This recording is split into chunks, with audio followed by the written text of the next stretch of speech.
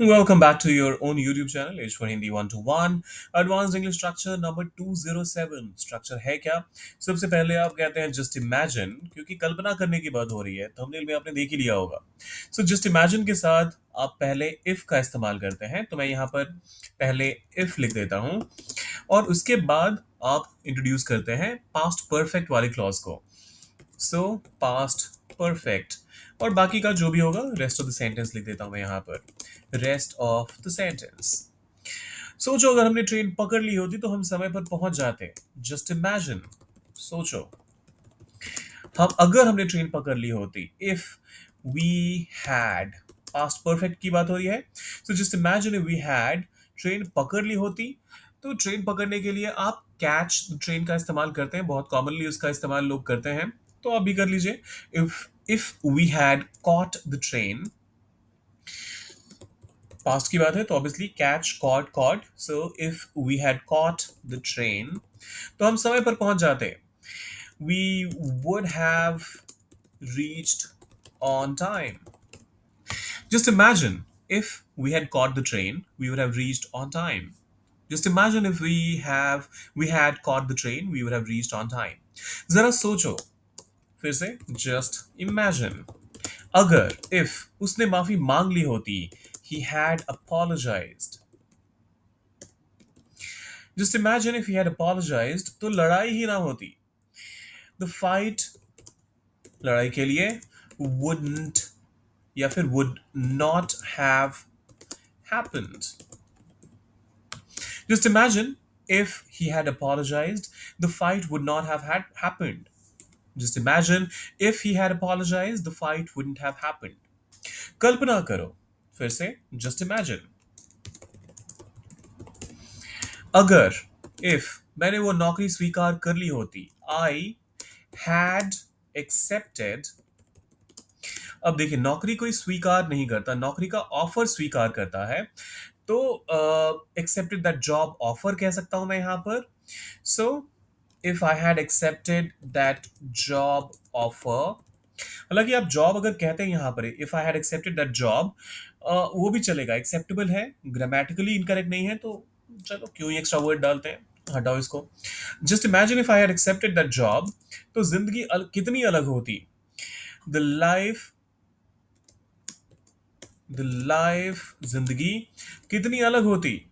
would have been so different, would have been so different.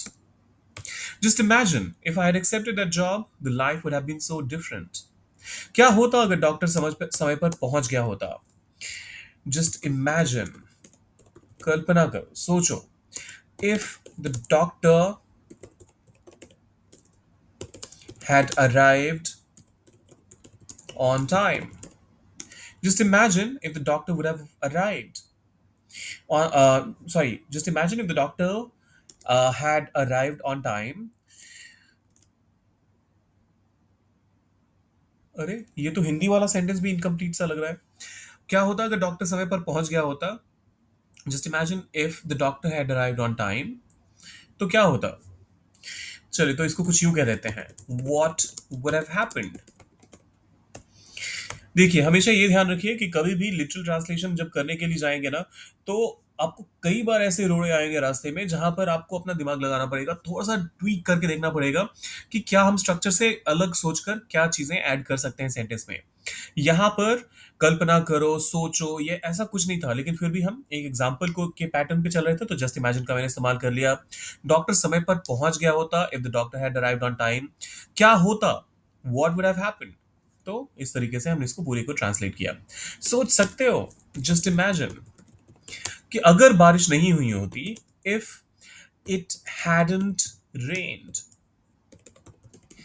आपको पता है बारिश होने के लिए आप इट के साथ हमेशा रेन का अलग अलग तरीके से इस्तेमाल करते हैं। So just imagine if it hadn't rained, तो फसल बर्बाद हो जाती। द क्रॉप, फसल के लिए आप क्रॉप वर्ड का इस्तेमाल करते हैं, would have been ruined. Just imagine if it hadn't rained, the crop would have been ruined. Just imagine if it hadn't rained, the crop would have been ruined. एक और है जो मैं कर देता हूं और ये आखिरी वाला फिर आपने ट्रांसलेट करना है।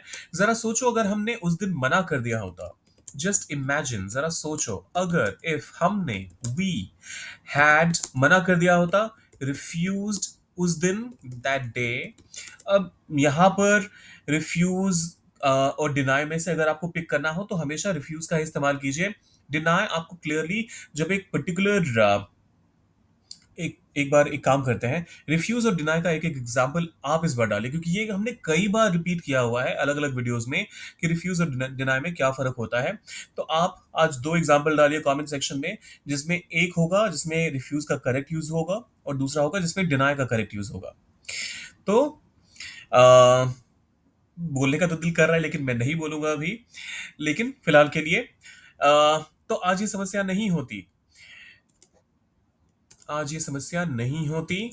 This problem would not have been there आज, today.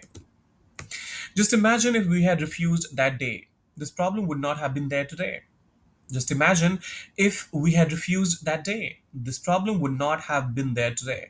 जरा सोचो, अगर वह सच बोल देता तो कितनी गलत फहमियां बच जाती। गलत फहमियां, मिसअंडरस्टैंडिंग। और गलत फहमियां कहा जा रहा है तो मिसअंडरस्टैंडिंग्स का इस्तेमाल कर लीजिएगा, कोई दिक्कत नहीं है। मिसअंडरस्टैंडिंग को हमेशा आप काउंटेबल नाउन के तौर पे इस्तेमाल करते हैं, तो मिसअंडरस्टैंडिंग्स भी बिल्कुल करेक्ट है। तो कीजिए उसका इस्तेमाल, डालिए उसे कमेंट सेक्शन में। ये थोड़ा ट्रिकी है, देखते हैं कि आप में से कितने सारे लोग इसको सही सही ट्रांसलेट कर पाते हैं। मिलते हैं जल्दी।